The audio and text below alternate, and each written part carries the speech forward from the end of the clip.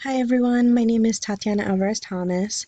My first year field placement was at an inpatient drug and alcohol facility in Ephrata, PA. Currently, I work as a Pennsylvania state parole agent. I'm within my first year of employment there.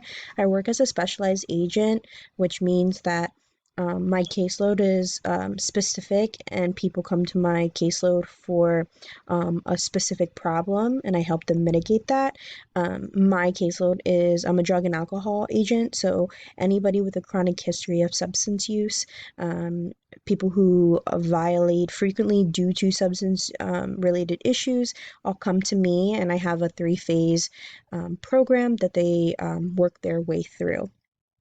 The program is normally focused around helping them create a sobriety network and making sure that they become compliant with treatment and just become stable in their sobriety before they return back to general supervision. Um, in my field placement, I hadn't worked a lot with families, just a little bit with monitoring phone calls or providing information to families when they call in. Um, in my job as an agent, I do work with families a lot, and actually, it is important for me to build connections with the families that I work with because oftentimes they are the first people to be able to tell me if something is wrong with one of my parolees. Sometimes, and I have mothers or wives or brothers or whoever calling in to say, hey, I think they're using again, you need to come by as soon as possible.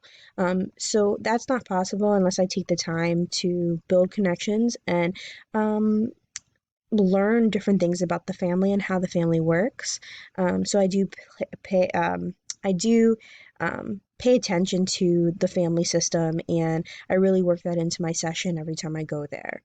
I also really try to remember everybody's names or something about them so that it feels personal when I come. Because I am going into their homes, asking very private questions, and it can be invasive. So I try to make people very comfortable when I become their agent. I always say I catch more bees with honey than vinegar. Um, so I guess um I was raised in I guess a nuclear family, like a very traditional family structure. I had both my parents growing up, and I also had a brother and a sister.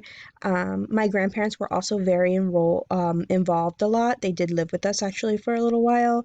Um, and I'm the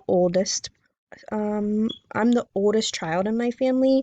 So my mom, she was actually getting her master's in social work when I was growing up a lot, and my dad was also in school. So I had to take on a babysitter or like more of a caregiver role.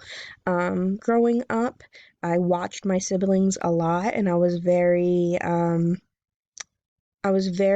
much involved in helping raise them.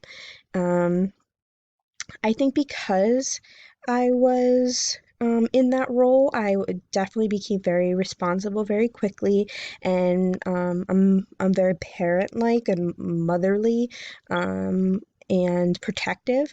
So I naturally pick up that role now when I'm working with kids or in just different capacities. So because I know that of myself, I choose to try not to work with kids. I did briefly, actually right before I had my son and how I got into social work. I worked as like a therapeutic support staff, and also like a caseworker, for CYS. And I just found like that role wasn't for me because it was very hard for me to keep a therapeutic line and not fall into that caregiver role. So I choose to not work with children at this time. Um, I had, let me see, my burning question. I guess my burning question would be something really practical, like mediations. Like how do you balance a family session when there's obvious hostility or conflict? Um, I feel like that's just something that's important to learn, because there's definitely going to be times where that's happening, and just how do you make it So how do you just make it balanced so that everybody feels like they're heard, but then also like how do you redirect if